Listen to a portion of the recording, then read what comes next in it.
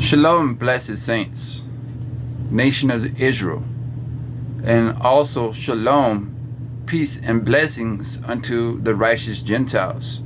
It's your brother Micaiah from the tribe of Issachar. And I want to share something with you guys, all right?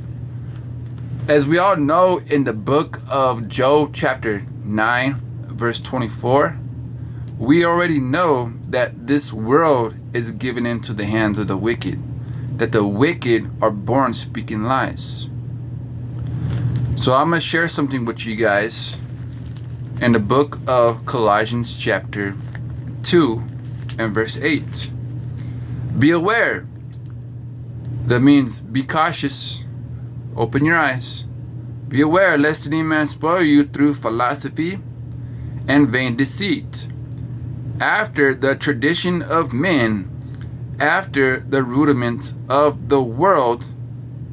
So that's the world that we're currently in right now, the earth, with all its madness, all of its wickedness, all of its foul, unclean devils. This is that world, okay? And not after Christ. All right? So we already know they're gonna use this big, huge word, which a lot of people don't like to go and study about. Okay? And that big word is reverse psychology. All right? Reverse psychology. And with that reverse psychology, if we go to the book of Revelations chapter 12, Revelations chapter 12 and verse 15, all right? Revelation 12 and verse 15, it says, and the serpent cast out of his mouth water as a flood after the woman, that he might cause her to be carried away of the flood. And the earth helped the woman, and the earth opened her mouth and swallowed up the flood which the dragon cast out of his mouth. All right? So that flood that it's speaking about in Revelation chapter 12, verses 15 and 16, that flood is speaking about lies. All right? The flood it's speaking about is lies. The lies coming from the devil. All right? So to understand prophecy, you got to understand history. All right? How did this happen? How did that happen? All right? What is Satan's techniques on how he lures people into his traps? All right? So you have to study your opponent. All right? Just as they do up in USC and boxing and stuff like that. You have to study your opponent. Okay?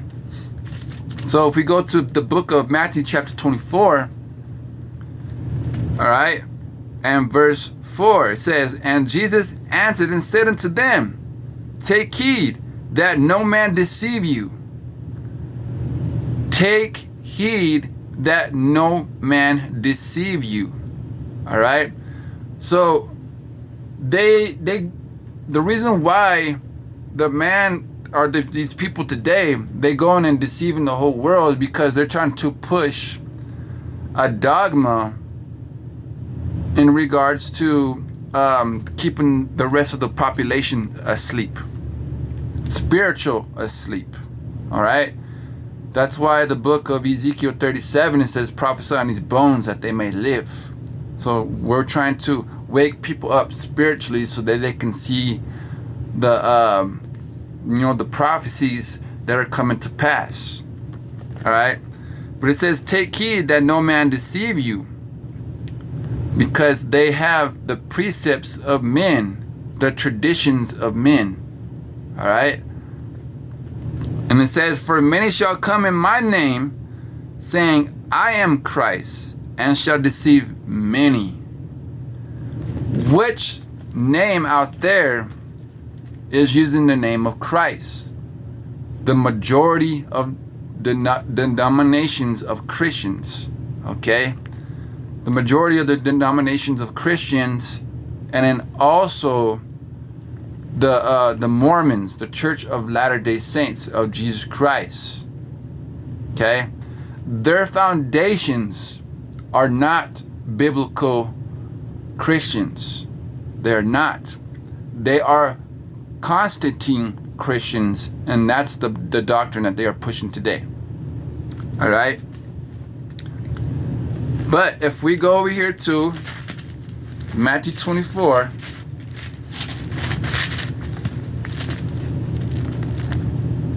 and verse 36. And before I go there, I want to explain to you that the book of Matthew chapter 24, it talks of no narrative. All right? It speaks of no narrative about an antichrist. Okay? It speaks of no narrative of an antichrist in the book of Matthew chapter 24. But it says in Matthew 24 and verse 36, but of that day and hour knoweth no man, no, not the angels of heaven, but my Father only. So why are many Christians out there and a lot of these pastors, why do they keep on pushing and setting dates? They want you to lose your faith. That's what's going on right now. Is a lot of people are losing their faith and they're not studying to show themselves approved. Okay? So in Matthew 24 and verse 36, it says, but of that day and hour knoweth no man. So that right there, that puts that doctrine that they're pushing about the pre-trib rapture, the post-trib rapture, and the mid-trib rapture, that throws that doctrine into the trash. No Christian out there knows the day or hour of when the Messiah is coming back. And you will not know if you don't understand the prophecies on how they're written in the book, because they're using reverse psychology to basically keep you asleep. Okay? And here's another one. This is the biggest reverse psychology that's out there, that's keeping all of these Christians asleep, and they're not being awoken. All right, so let's keep reading. Verse 37, Matthew 24, verse 37. But as the days of Noah were, so shall the coming of the Son of Man be. For as in the days that were before the flood, they were eating and drinking, marrying and giving in marriage. It says that these people didn't want to honor the commandments of the Most High God. They didn't want to keep the laws, statutes, and commandments. They didn't want to keep the light. Okay? They didn't want to keep the light. Just as it says in Psalms 119 verses 105. They didn't want to keep Proverbs chapter 6 verse 23. They didn't want to understand the parable of Matthew 25 and 1. All right? They didn't want to understand the right breakdown of Isaiah chapter 8 verse 16 and verse 20. They didn't care about it. Okay? But it says, for as the days were before the flood, they were eating and drinking and giving in marriage, until the day that Noah entered into the ark. Verse 39, and knew not until the flood came and took them all away. See, what Christians and pastors of all Christian denominations do is that they say, well, and knew not until the flood and took them all away. So they want to say that the righteous got taken away. That's wrong. That is reverse psychology to its fullest. Okay? And we're going to break that down in this other book. Okay? And knew not until the flood came and took them all away. And so shall the coming of the Son of Man be. All right? Verse 40. Matthew 24 and verse 40. Then two shall be in the field. Okay? Two shall be in the field. You already seen that Left Behind series, correct? They do it basically on one word change.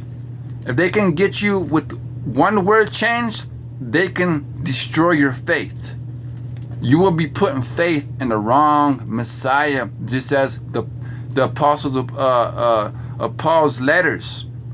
All right, the apostle Paul's letters, he tells you right there in his letters. He said that these people are going to another doctrine. These people have replaced my people of old.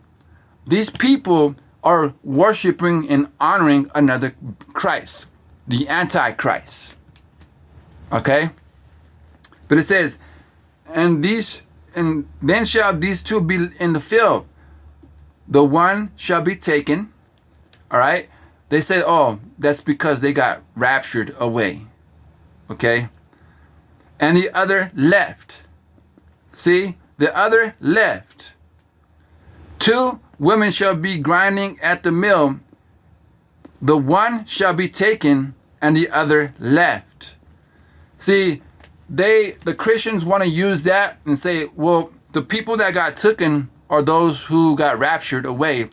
And the other ones left are the ones who are going to go through a lot of pain. They're going to go through a so-called 7-year tribulation. The Bible speaks of no 7-year tribulation. Why? Because Matthew 24 and 36 throws that 7-year tribulation in the trash. All right? So let's break that down. It says, two shall be in the field, one shall be taken, and the other left.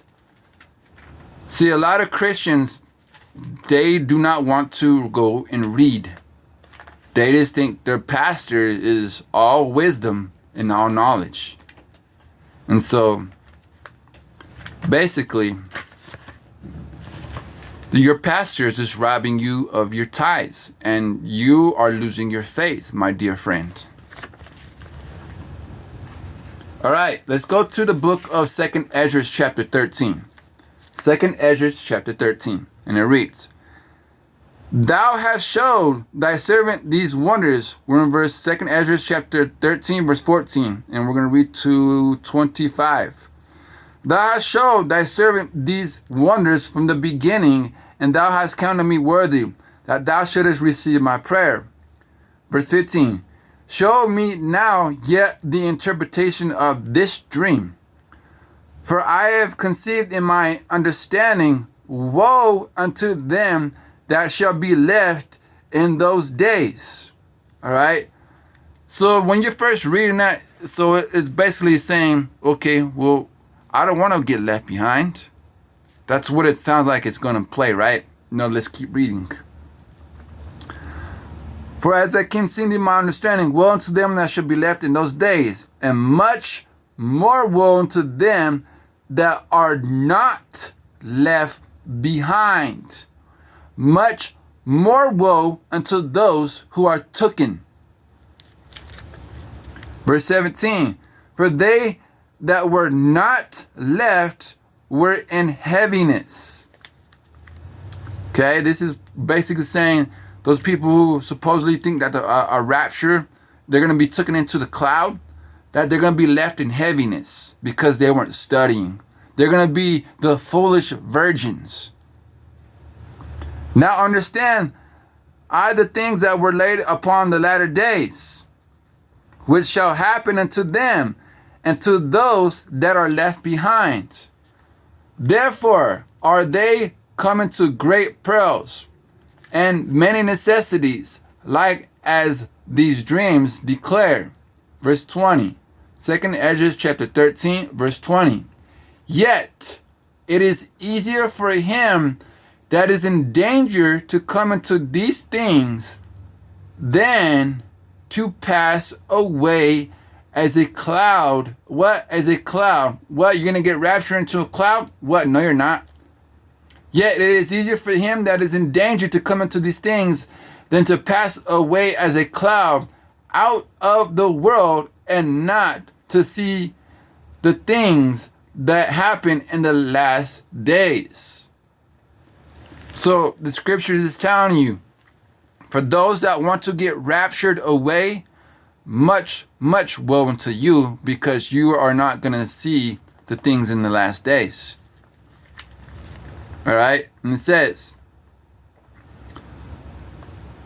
I'll read that to you guys in verse 20 again. Yet it is easier for him that is in danger to come to these things to pass away as a cloud out of the world and not to see the things that happen in the last days. And he answered into me and said, the interpretation of the vision shall I shew thee, and I will open unto thee the things I require, where areas thou hast spoken unto them that are left behind.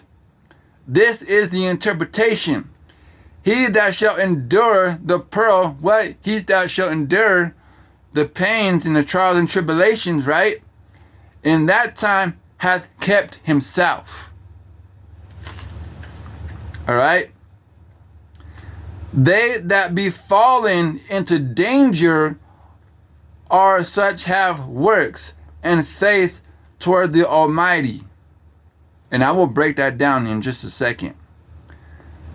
Now this therefore, that they which be left behind are more blessed than they that be dead. So the people who are going to be taken are going to be dead. Okay? The people who are left behind to see all the trials and tribulations in life are going to be blessed by the Almighty. Okay? And we're going to conclude that with this right here. Let's go to Acts chapter 14 and verse 22. Acts 14 and verse 22. And it reads, confirming the souls of the disciples and exhorting them to continue in the faith. What? Continue in the faith of seeking the Most High, seeking the answers, to show yourself approved, right? To keep the law, statutes, and commandments, to continue in the faith, and that we must through much tribulation enter into the kingdom of God. There is going to be no rapture for you. Keep pushing on this rapture, and it will continue to make you delusional, and you will not enter into the kingdom of heaven. All right? Much love, much shalom, peace, and blessings unto you.